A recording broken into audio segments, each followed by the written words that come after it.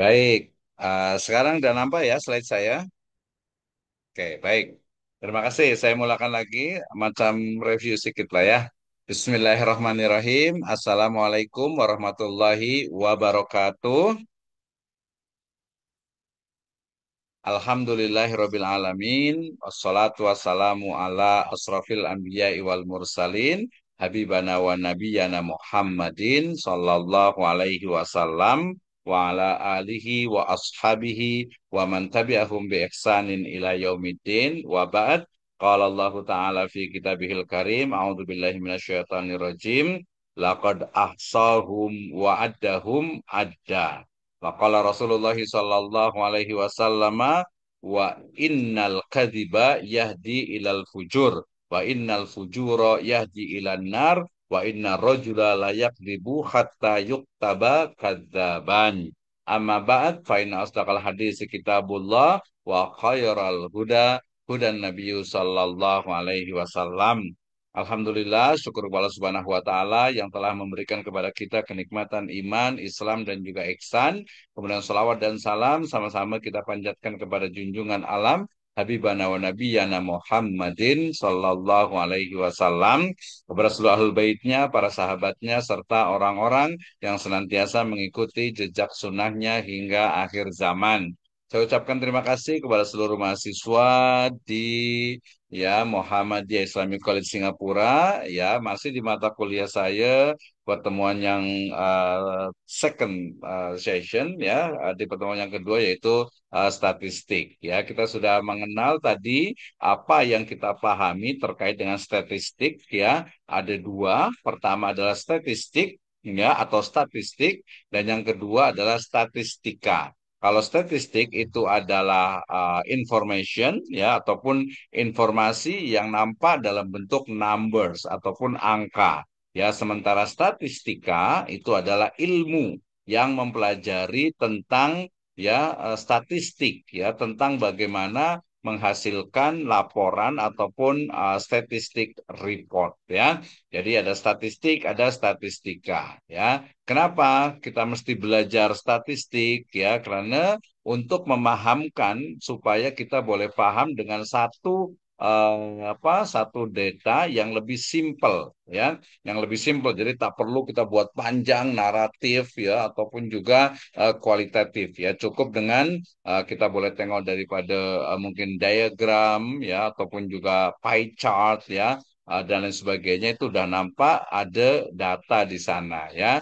Memperoleh gambaran tentang perkembangan, ya, daripada waktu ke waktu. Kita pun itu adalah statistik, ya, fungsi ataupun kegunaan dari statistika. Nah, kemudian juga untuk membandingkan, to compare, ya, kemudian juga melihat ataupun mencari hubungan antara satu gejala dengan gejala yang lain, termasuk juga to predict, ya, atau untuk memprediksi, ya, untuk dalam tanda petik meramal gitu, ya, untuk mengetahui masa hadapan, ya, daripada numbers yang ada. Nah, jadi daripada angka-angka macam tadi ada futurologi, ya, futurology, ya. Futurologi adalah ilmu yang mengkaji tentang masa masa hadapan, tetapi dengan fakta yang ada sekarang ini, ya. Oke, ini adalah kegunaan daripada statistik, ya, ataupun statistika, ya, ilmunya. Ya, ilmunya sendiri memang untuk meringkas daripada laporan ataupun report, ya, berupa angka, numbers ataupun bilangan. Dia juga sebagai alat bantu untuk merencanakan, terutama kaitan dengan jumlah ataupun numbers, ya. Sebagai alat bantu juga untuk evaluasi sehingga kita boleh mengambil satu kebijakan, satu keputusan, ya, terkait dengan apa yang berlaku di masyarakat. Oke, kita sampai di sini. Jadi ilmu statistik itu, ya, jadi kalau saya cakap statistik ataupun statistika, ya, saya tukar-tukar atau apa, ya. Jadi ilmu statistiknya ada dua. Yang pertama adalah descriptive statistik dan yang kedua adalah inferential statistik, ya. Descriptive statistik itu adalah metode, ya, ataupun metode yang berhubungan dengan pengumpulan atau penyajian data sampai memberi informasi yang berguna. Maknanya deskriptif. Saya rasa udah paham tuh dalam bahasa English ya. Deskriptif itu hanya mendeskripsikan.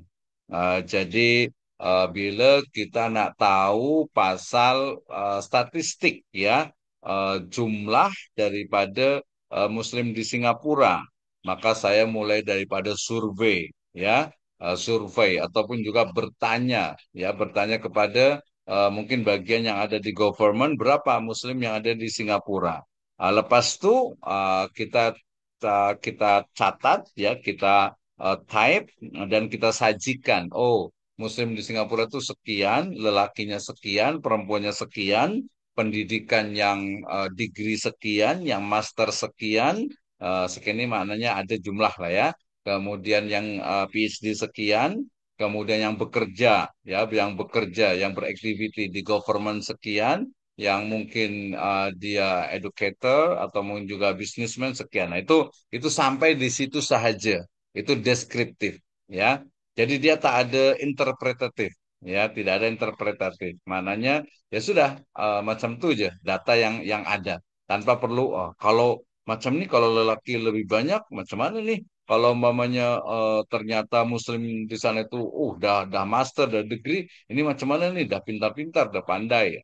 Itu di bagian inferensial statistik. Apa itu? Yaitu di sana atau dalam inferensial statistik ini atau statistika inferensial, dia ada conclusion, ya, ada simpulan ataupun kesimpulan, ada juga prediction. Tadi yang saya cakap tuh ada prediksi.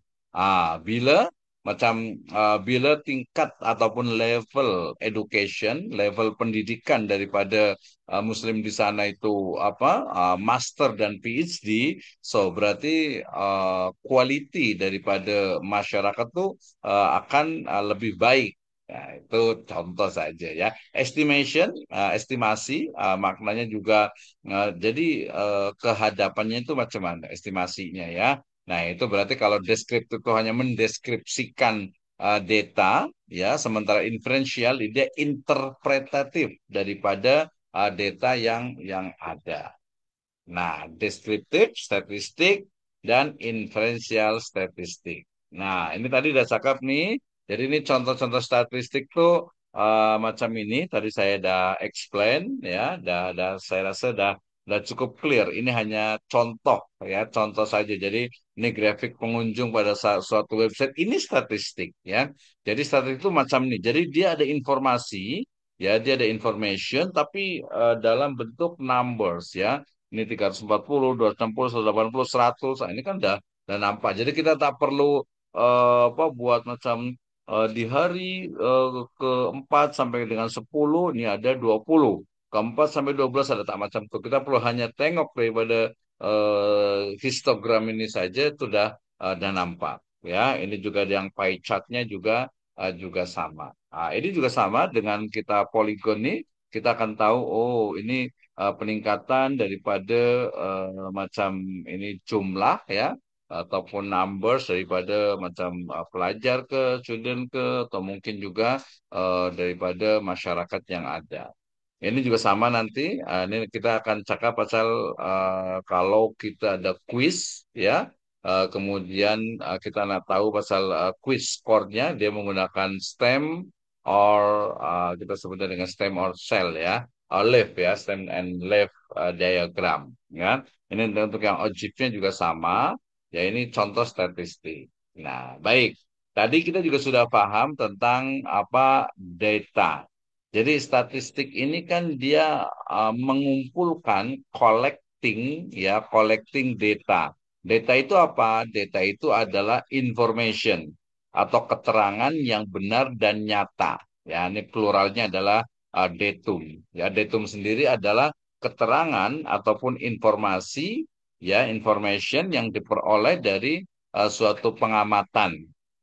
Ya, sedangkan data adalah segala keterangan atau informasi yang dapat memberikan gambaran tentang suatu keadaan. Ya, jadi dia lebih detail, ya, dia lebih detail daripada apa data datum ya. Jadi jamak dari apa datum. Data itu ya information. Kalau datum tuh ya satu. Misalnya Muslim satu. Dia kan informasi itu dia sangat apa ya istilahnya itu uh, mufrad ya, bahasa Arab itu mufrad ya jadi singular jadi tidak memberikan makna yang lebih luas sementara kalau data oh udah jelas datanya nih sekian pendapatan ya ataupun gaji salary ya daripada pekerja migran misalnya sekian dan nampak tuh ya itu adalah data baik nah macam nih jadi bila saya nak tahu pasal jumlah ataupun numbers ya daripada saya tukarlah yang ya pelajar yang ada di KIM misalnya ya yang ada di MIC ini ya. So berarti saya mesti ya paling mudah saya boleh tanya ke bagian manajemen, bagian administration. Boleh ya. Tapi saya nak perlu tahu mungkin saya perlu datang survei. Kemudian saya tanya setiap yang masuk ke apa ke mana ke istilahnya itu kemana ke kampus tuh itu mahasiswa pelajar atau pensyarah, lecture, dosen atau mungkin tetamu gitu ya. Nah, atau kalau boleh ada data kan oke, jumlah pelajar tahun 2025 nih sekian, tahun 2024 sekian, ya tahun 2023 sekian. Maknanya itu adalah keterangan dari sebuah informasi. Nah, untuk mengetahui apa betul tidak ya bahwa misalnya saya bagi contoh ini contoh saja ya. Pelajar di KIM nih tahun 2025 adalah misalnya 50. Oke. Ya, tahun 2025 pelajar nih seramai 50 pelajar. Kemudian tahun 2024 kita mundur ke belakang ya, itu adalah jumlahnya itu ada sebanyak misalnya 60 ya, 60. Oke. Nah, tahun 2023 ya, ternyata jumlahnya itu adalah 40. So, ada 40, kemudian ada 60, ada 50. Pertanyaannya adalah, betul tidak informasi itu? Ah, so perlu adanya validity, ya validity, data validity atau validitas data. Ini kalau di penelitian sama. Betul tidak memang realitinya, kenyataannya, faktanya itu memang dia punya jumlah ataupun numbers pelajar di KIM itu sekian. So, karena ada nanti triangulasi. Ya, dalam data ini ada validity data validity, validitas dari data. Kenapa? Ya, data itu apa? Data itu adalah information lah, simpelnya information. Ya, data itu mesti objektif ya makna objektif ini adalah sesuai dengan keadaan dari sebenarnya ya misal example pelajar yang ikut di kelas ini adalah tadi ada 26 dikurang 3 ada 23 berarti 23 nih clear jelas betul objektif ada 23 tapi kemudian saya boleh tengok oh ini ada yang serius, ada yang mungkin masih ada activity, tadi juga ada permit, ada yang izin tak boleh join karena mungkin kurang sehat dan sebagainya. Berarti dari 23 ini mungkin ada dalam 20 atau 22 yang memang aktif ya. Mungkin keseluruhan saya tengok tadi ada dalam 30 ya. Ada 30 tapi masih 23 berarti oh ada 7 pelajar nih yang tak boleh hadir pada kelas ini ya itu yang pertama jadi mesti objektif ya bila ada ini tak betul nih ini datanya nih kurang nih ini mungkin namanya ada tetapi dia tak hadir di kelas oh bisa oke berarti dia tak objektif. Yang kedua data ini mesti representatif nah nanti kalau kaitan dengan representatif adalah ya nanti apa dalam penelitian tuh dalam statistik itu kan biasanya population itu banyak. Nah, so bila saya nak buat penelitian tentang macam mana perception daripada pelajar KIM ya tentang pensyarah, tentang dosen ataupun lecturer. Ah, Kan banyak tuh ya. Jadi pelajar dari Kim ini misalnya ada dalam 200 ya, ada dalam 200. Bila saya nak hantar Google Form dalam 200 ini susah lah sikit ya. So, saya hanya ambil daripada 200 itu saya ambil dalam 50 ataupun 75. Kenapa? Karena saya nak tahu saja pasal apa persepsi ya, perception daripada pelajar tentang satu misalnya pensyarah ataupun juga lecturer. Nah, berarti masa saya mengambil ya sampel ya or sampling, masa saya sampling itu ya mesti representatif ya. Maka nanti ada dalam sampling teknik ataupun teknik sampling itu ada namanya simple random sampling. Ya, kemudian juga ada stratified random sampling. Ya, so jadi saya masa ngambil masal pasal 75 daripada 200 pelajar di Kim ini saya tak boleh macam oh yang ada aja saya hantar, saya tanya tak macam itu, tapi mesti oke saya ambil daripada SEM yang SEM satu nih 10, yang SEM 3 nih 10, yang SEM 5 nih 10. Kemudian yang SEM 7 mungkin bila ada itu 10. Berarti dah berapa tuh? Dah ada 40. So saya boleh tambah lagi. Itu dia maknanya representatif ya, mewakili daripada population yang ada.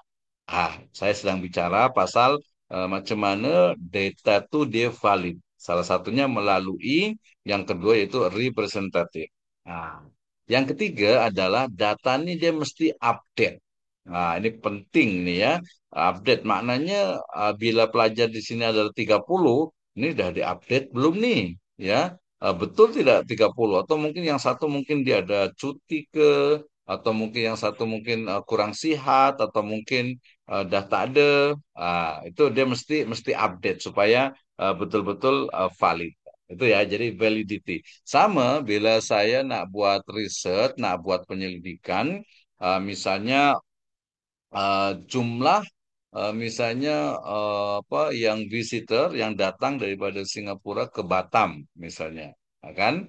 Nah, berarti saya mesti betul-betul update datanya nih, ya jangan sampai nanti dah out of date, out of date ya. Datanya itu dia dah lama, dah tidak berlaku lagi, ya. Macam saya tengok apa misalnya itu yang datang ke Batam misalnya jumlahnya yang data tahun 2021 misalnya, 2022 misalnya, itu udah tak update lah. Kenapa? Dulu tuh mungkin masa COVID ya, mungkin banyak yang apa tidak boleh keluar ya dan sebagainya. Jadi tidak update.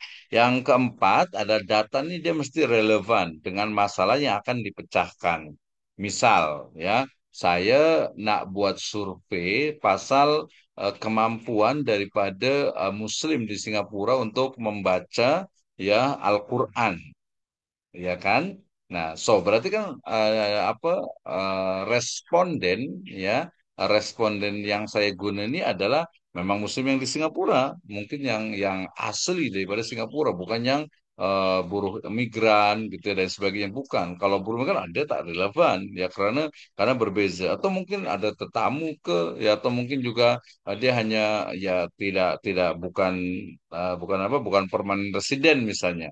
Itu itu dia datanya berarti tak relevan. So mesti betul-betul relevan dengan tajuk daripada penyelidikan kita ini. Nah, kemudian tadi saya ada cakap pasal data nih. Jadi data ini berdasarkan pada sifatnya, ya dia ada dua, ada kuantitatif dan kualitatif. Ya, jadi kalau yang kuantitatif itu adalah data yang didisplay ataupun dipaparkan dalam bentuk numbers. Tahu lah ya, ini sangat basic sekali yang udah biasa belajar. Ini merem pun mata terpejam pun dah tahu lah ya. Jadi misalnya jumlah pembeli saat hari raya Idul Adha, tinggi badan daripada pelajar di kelas mungkin grade 3 ya. Kemudian juga nilai apapun markah daripada maths pelajar tuh ada 6, 7, 8, 9, 10 ya. etc. dan yang lainnya juga gitu ya. Jadi pokoknya data ataupun informasi yang dia dalam bentuk numbers ya. Numbers di sini mungkin usia ya, usia daripada pelajar-pelajar di Kim nih dalam berapa nih? Ya mungkin ada yang 20, 30, 40. Dia dia adalah apa? Data. Dia adalah data. Datanya, oh yang 20 ada dalam 3 apa 5, yang usia 30 sampai 35 dalam 1, 2, 3. Itu dia data. So, kenapa? Penting berarti ya. Jadi kita pun mesti belajar statistik juga supaya kita paham, oh maknanya seperti ini. Utamanya nanti dalam apa? Dalam ya kesahihan data, dalam kesikohan data, dalam validity daripada data. Mas, misalnya begini, saya membaca misalnya satu report yang menyatakan bahwasannya misalnya tadi di Indonesia ini yang boleh membaca Al-Quran hanya dalam 40%. Ini valid tidak? Betul tidak? Macam mana dia punya survei? Ya macam mana samplingnya? Apakah representatif atau mungkin hanya dibuat acak ya atau random? Itu tak tahu tuh ya. Jadi mesti betul-betul daripada institution yang memang memiliki kemampuan untuk statistik. Ya, pokoknya statistik adalah atau data yang statistik, data yang kuantitatif yang ada numbers. Oke. Nah, kualitatif ataupun data kualitatif berarti kebalikannya. Ya, jadi data yang disajikan dalam bentuk kata-kata yang mengandung makna. Jadi dia bukan numbers tapi kata-kata. Misalnya persepsi daripada konsumen terhadap botol ataupun air minum ya, misalnya oh air minum ini fresh lah, segar lah, dia sehat ya, ataupun juga anggapan para pakar terkait dengan apa nih psikopat gitu ya, psikopat ya. Jadi macam mana nih perilaku mungkin ada apa OKU ya, orang kurang upaya, person with disabilities, atau mungkin juga karakter daripada satu community ya, termasuk juga color ya, color itu macam merah, red, green, blue, yellow ataupun black gitu ya. Nah, itu kan beza-beza macam bila saya pakai pakaian, saya pakai baju warna kuning misalnya kan ya. Cap.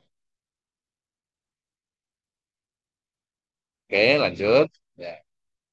Jadi macam bila kita guna baju warna kuning, saya misalnya warna yellow ini apa maknanya nih? Ada satu larangannya dalam agama ini bila terlalu kuningnya itu yellownya itu sangat macam non-Muslim misalnya, itu aksan tidak kita gunakan. Nah, jadi itu ada data kuantitatif, numbers, ada data kualitatif biasanya itu makna ya, ataupun kata-kata ya dari satu misalnya saya guna ini ya songkok warna hitam nih karena biasa di kampus nih pakai songkok warna hitam, tapi biasa saya guna warna putih juga macam Ustaz Muhammad Nur tadi tuh ya. Itu maknanya apa tuh? Itu di kualitatif ya. Oke, kemudian ah, tadi statistik nih ya utamanya fungsinya adalah untuk mengukur nih macam ini masuk, dia bagus tidak bagus, dia itu suka tidak suka, dia nilainya itu 1, 2, 3, ini lelaki ini perempuan, lepas itu mungkin ini tuh mahal ini tuh murah. Itu kita boleh tengok daripada jenis daripada skala itu. Yang pertama adalah nominal, ya. Nominal ini skala pengukuran yang menyatakan nilai ukur berdasarkan kategori atau kelompok dari suatu subjek penelitian. Nanti kita akan bagikan contohnya, ya. Jadi skala nominal ini kaitannya dengan apa? Pengukuran yang nilainya itu kategori. Kategori ini ya lelaki, perempuan, Singapurian, Indonesian, Malaysian, ya mungkin juga Muslim, non-Muslim, Muslim, Kristen. Itu biasanya kategori ya. Oke, itu yang pertama. Nanti kita bagi contohnya. Yang kedua adalah ordinal. Ordinal ini maknanya scale ataupun skala yang membuat kategori variabel ke dalam kelompok dan mengurutkan kategori ya. Jadi nanti ada dalam misalnya itu persepsi, ya, ordinal tuh ya, persepsi ini kategori ya, jadi mengurutkan daripada kategori. Nah, kemudian berikutnya itu ada skala interval. Ini ya English semuanya nominal, ordinal, interval. Jadi interval ini dia numbers ataupun angka kuantitatif ya, namun tidak memiliki nilai nol ataupun zero, mutlak ya, sehingga titik nol ini dapat digeser sesuka orang yang mengukur.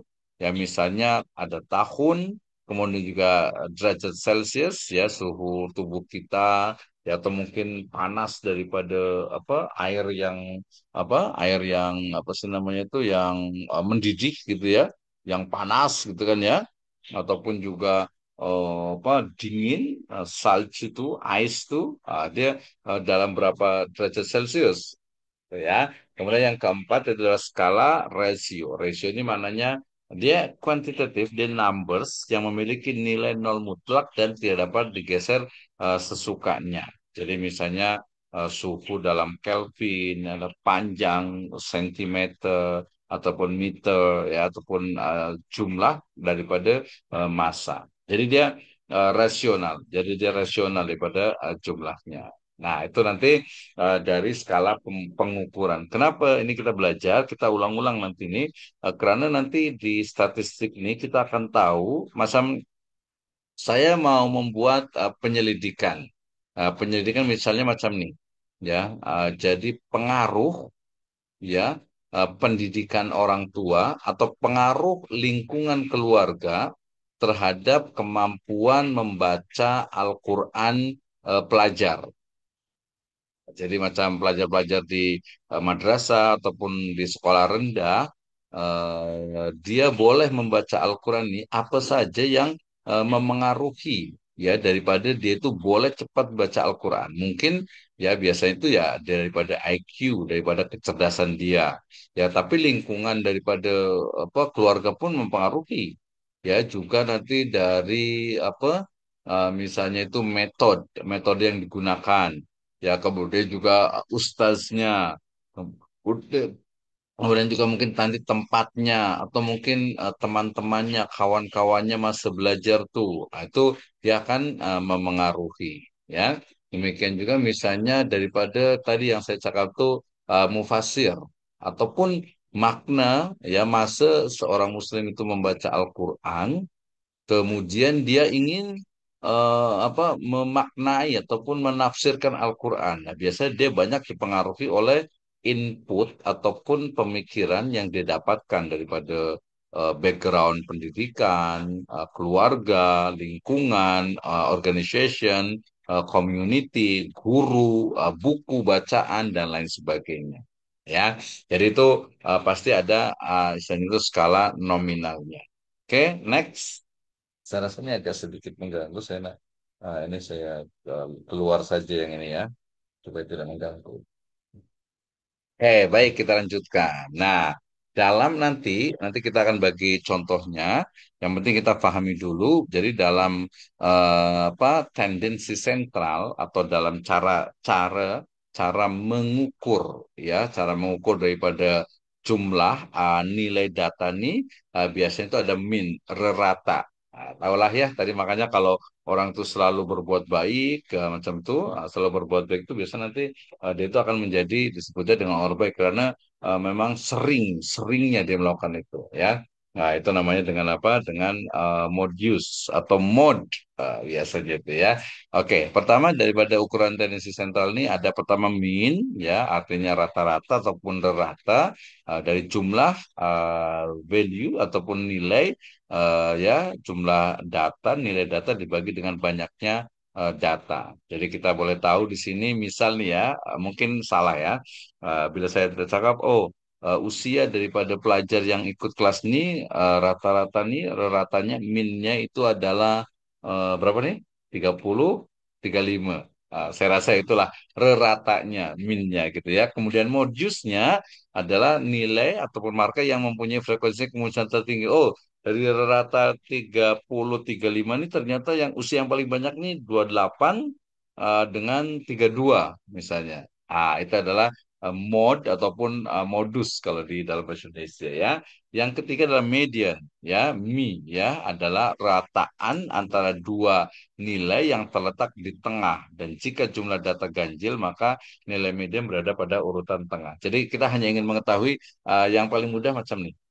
Tadilah misalnya mungkin mohon maaf kalau salah. Misalnya tadi usia ya usia daripada pelajar-pelajar yang ada di yang ikut kelas ini ya mulai dari mungkin ada yang mungkin ya nanti kita boleh tengok nih kita boleh survei 19, 20, 21, 22, 23, 25, 28, 30, 35 mungkin ada yang 40 macam saya nih ada 40 berapa nih ya 45 lah ya ada tua nih ya jadi udah 45 itu berarti nanti kita boleh tengok tuh oh yang minnya berapa mode-nya berapa medianya berapa itu nanti untuk mengetahui oh betul so saya kalau bila jadi gini jadi macam nih kalau bila saya paham tentang statistik dari kelas yang ada di sini, so saya mesti cara bicara saya pun mesti sopan, ya. Lepas itu mungkin ini sebagian adalah ustadz, ustazah, oh berarti saya mesti boleh baca Al-Qurannya mesti bagus lah, ya.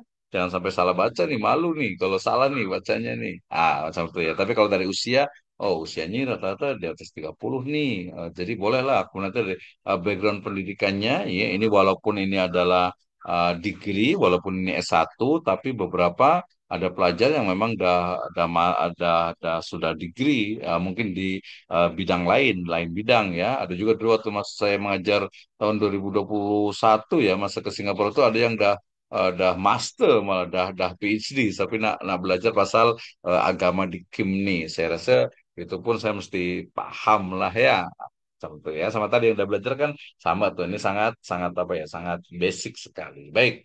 Nah, nanti kaitannya dengan apa bila kita guna kuartil ya, Q1, ada Q2, ada Q3, itu dia detailnya ya, detailnya. Plus nanti kalau ada pembagian jadi sepersepuluh, ada desil di satu, di dua, tiga sampai 10. Ya, nanti ada pembagian per 100 itu persentil juga P1 sampai dengan P100. Jadi nanti kalau ada tadi apa data usia daripada pelajar atau mungkin apa ya pendapatan gaji mungkin ya daripada pelajar nih berapa nih ada yang mungkin dah bekerja ada yang belum bekerja tapi ada pendapatan dan sebagainya itu adalah data. Kenapa? Oh, mungkin ya. Oh, oke, pendapatannya sekian sampai sekian.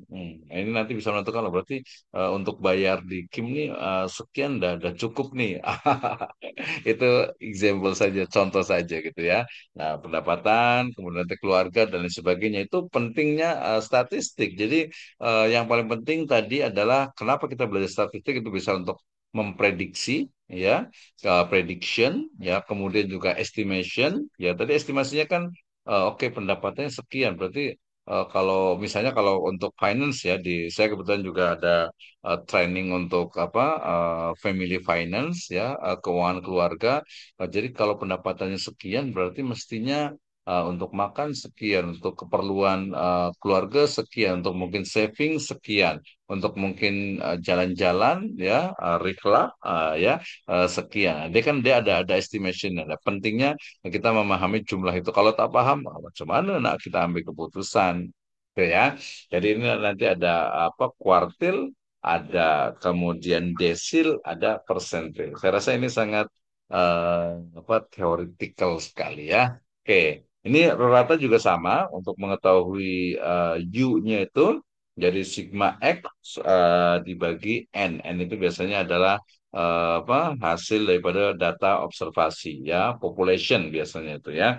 Jadi U itu adalah rata-rata data observasi. Kemudian sigma itu kan jumlah, oh, sorry salah ketik ya, salah type tuh, typing error ya. Jumlah X-nya itu adalah nilai data observasi dan banyaknya data observasi. Ini nanti kalau zaman sekarang nih, insya Allah nanti juga di LAS, saya akan ajarkan juga mungkin di pertemuan terakhir itu dengan menggunakan Microsoft Excel, itu yang pertama. Ya, lepas itu yang kedua juga nanti saya akan ajarkan juga dengan SPSS. Ya, SPSS itu untuk mengetahui daripada semua rata ini. Tapi saya rasa pun mesti paham perhitungan ya count yang manual countnya itu ya. Jadi cara secara manual untuk menghitungnya. Oke, formulanya adalah U sama dengan sigma X ya dibagi N jumlah nilai data observasi, kemudian banyaknya data observasi. Itu untuk mengetahui daripada mean. Tapi kita hanya sekarang dengan Microsoft Excel ada jadi. Apa guna SPSS pun udah jadi. Itu tak perlu pusing, tak perlu tak payah lah apa pikir gitu ya. Tapi minimal udah paham oh macam ini. Jadi tak langsung jadi tapi ada prosesnya. Oke. Ini mean bermula daripada mean. Median tadi saya sebutkan yaitu nilai data observasi yang berada di tengah-tengah urutan data tersebut ya yang biasanya itu data observasi membagi data observasi yang sifatnya diurutkan menjadi dua bagian yang sama banyak ya misalnya tadi dari apa usia tadi berapa kita sebut 20 kemudian ada 40 oh tengahnya berarti 20 40 nih ya 30 lah itu median ya untuk mengetahui saja. Oke, ratanya adalah 30. Modiusnya ya tadi adalah suatu nilai ya markah nih yang apa yang paling apa numbers yang paling sering muncul ya dengan frekuensi muncul terbesar. Makanya tadi saya ambil hadisnya itu ya mode-nya itu ya kalau orang itu baik dia selalu berbuat baik akan menjadi disebutnya orang baik ya. Kalau ada orang jahat sering berbuat jahat jadinya ya orang jahat karena mode-nya itu sangat memengaruhi daripada akhirnya. Nah, jika data memiliki dua modius atau mode maka disebut bimodal. Bimodal jadi ada B ya, ada dua tuh ya. Kemudian jika data memiliki modus yang lebih dari dua disebut dengan multimodal. Nah, itu biasanya nanti dilihat tuh oh yang paling banyak mana nih? Tadi kan usia oh, ada yang 28 usianya, ada yang 30. Ya, kemudian juga dari sisi IQ-nya juga boleh diukur juga, tapi harus diukur dulu sih ya. IQ-nya itu berapa nih rata-rata nih ya? Saya rasa lebih tinggi nih, lumayan nih. Ya, cukup bagus, lumayan gitu ya. Oke, ini modusnya simple ya. Jadi tadi yang sebut dengan mod itu, jadi misalnya ada skor daripada tes prestasi, ya ada PT, POBO nih ya. Jadi ini kan kita lihat ada numbers ya. Ini markah kita sebenarnya ini misalnya markah lah ya, markah daripada pelajar di KIM. So ada 70 ya, kemudian 56, 66, ada 70 lagi, ada 48, ada juga 82, 80, 70 ya 79, 6 ya 76 ya kemudian ada 70. So berarti frekuensi terbesar kita tengok apa nih? Ya, terbesar adalah 70 yaitu ada tiga orang ini betul nggak yang paling terbesar nih frekuensi terbesar yang paling sering maksudnya ya bukan paling terbesar ya frekuensi terbesar itu maksudnya mode yang mana 70, 70, 70, 70. Oh, ada 4 orang bahkan ya, 70. Nih. Satu, dua, tiga, empat. Kemudian mode-nya berarti adalah 70 karena dia yang sering muncul, sering banyak muncul yang paling banyak. Biasanya nanti ada pilihannya ya. Ini berarti bukan tiga nih, dia mestinya empat nih ya karena satu, dua, 70, tiga, empat. Oh, sorry, ini typing error ya. Oke, next. Nah, ini pun sama ya. Misal eh, di mana nih ya? Di Singapura nih misalnya atau di Batam aja lah yang dekat ya. Misalnya sewa ya daripada apartemen nih. Ya, sewa apartemen di Batam nih mulai dari 425, 430, ribu ya ribu lah ya. 425.000, 430, atau mungkin nanti dalam juta, miliar gitu ya. Nah, kita boleh tengok ini yang paling banyak mana nih? Oh, ada 40, ini ada 40, ini 500 juga cukup banyak. Kita boleh tengok ya di sini. Nah, jadi ah kita di sini. Nah, ini reratanya bila kita tahu. Jadi rata daripada keseluruhan. Nah, tadi kalau kita pakai Microsoft Excel kan easy ya. Senang aja ya tinggal kita sorot, highlight, lepas itu langsung count. Ya langsung dijumlah. Kita pun boleh tengok daripada apa reratanya, mode-nya, kemudian mediannya itu mudah lah ya. Tapi minimal data oh ini ada 425, 430, 430, 435, 435, 440 sampai ke 615. Ini yang paling banyak yang mana? Ratatanya berapa, modsnya berapa, kemudian medianya berapa. Jadi dia berdasarkan daripada data. Kalau dalam apa dalam Islam atau dalam Al-Quran ada tidak ya number semacam ini? Ya saya rasa dalam kehidupan sehari-hari kita tak tak boleh dikotomi. Dikotomi ini maknanya seolah-olah itu memisahkan antara oh agama ya din ataupun agama itu hanya yang ada dalam Al-Quran dan hadis misalnya. Oh tidak juga. Kenapa? Tadi misal kita nak sewa satu kondominium ya ataupun apartemen ya kita tengok harganya berapa nih. Oh ini kita kemampuan kita sampai mungkin yang 515 lah, oke lah. Tidak tidak bagus sangat, tapi juga tidak murah sangat gitu ya, yang sedang-sedang saja. Macam itu ya.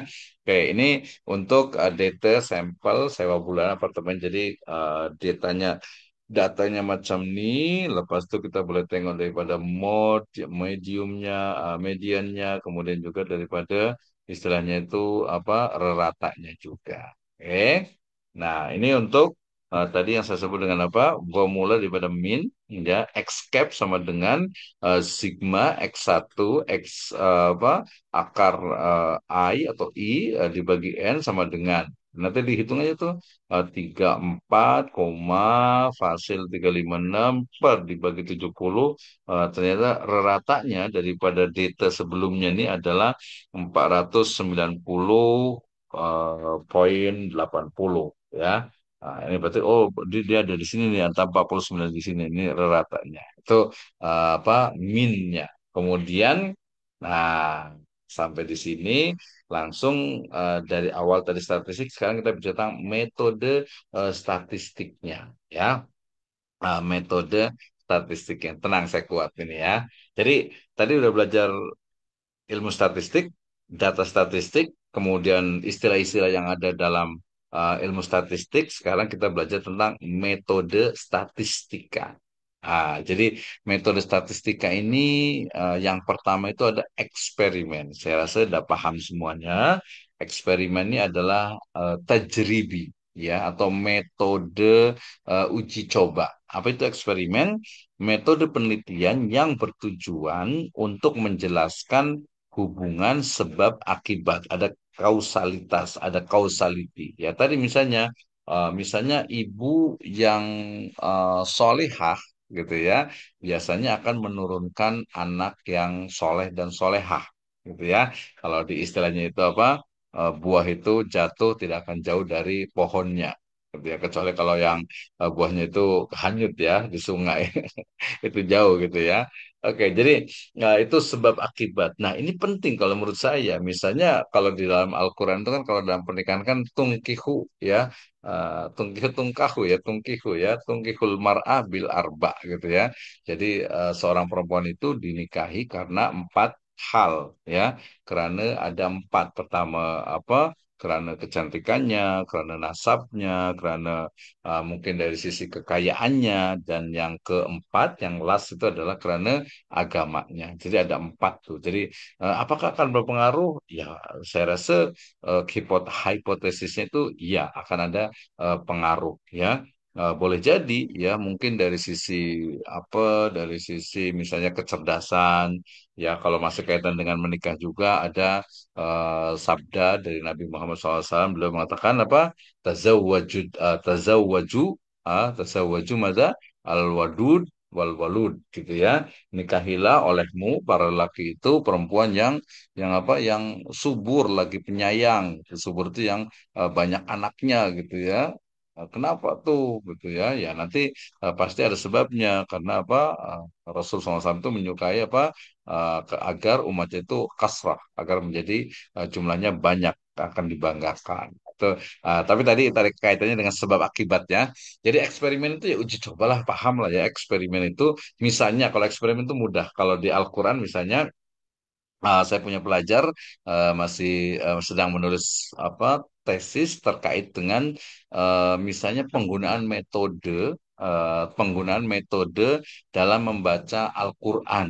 Ya kalau di Indonesia ini membaca Al-Quran banyak ya di Malaysia juga di Singapura juga ada Iqra ya sebelum Iqra itu ada metode Baghdadi sebelumnya lagi ada apa setelahnya ya ada tilawati, ada kiroati, ada umi gitu ya.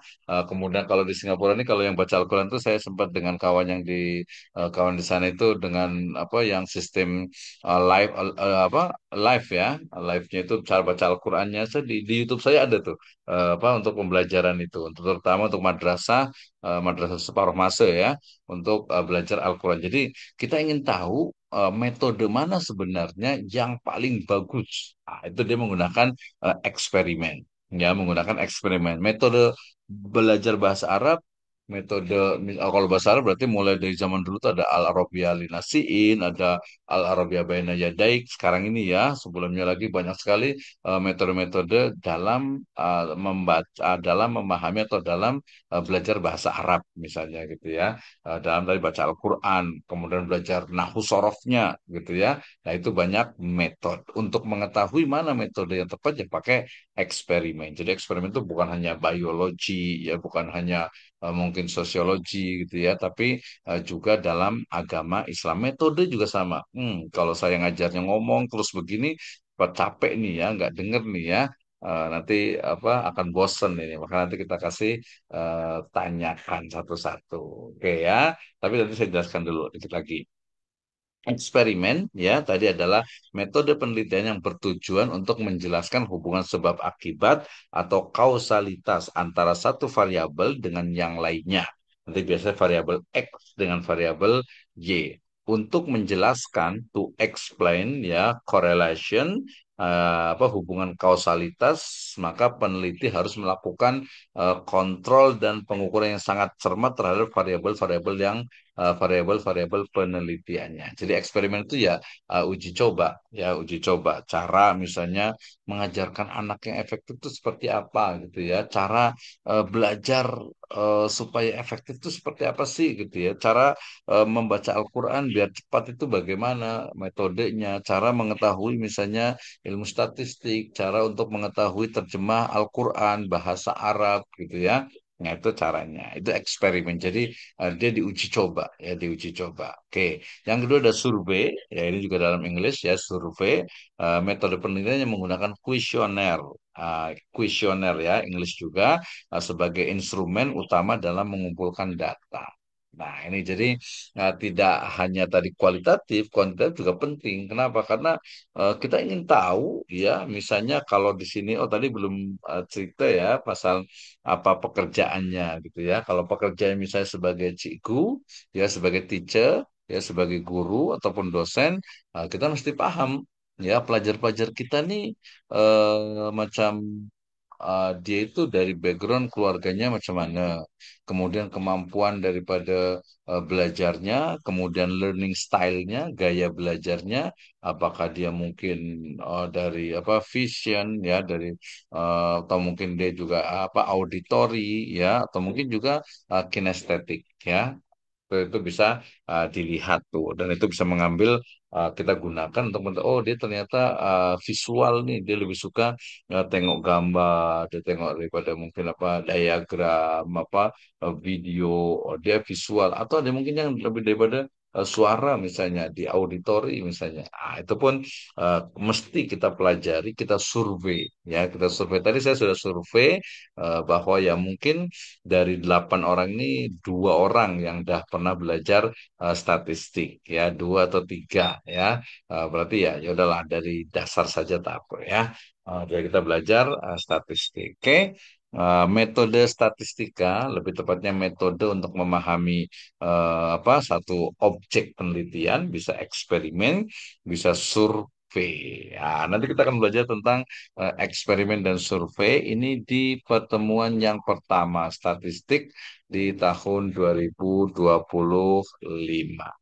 Sebelum dilanjut ya saya nak apa sharekan di materi yang kedua. Sebelum dilanjut mungkin ada pertanyaan saya silahkan nih terkait dengan metode penelitian ataupun juga statistik atau mungkin juga dengan data dan informasi. Silahkan.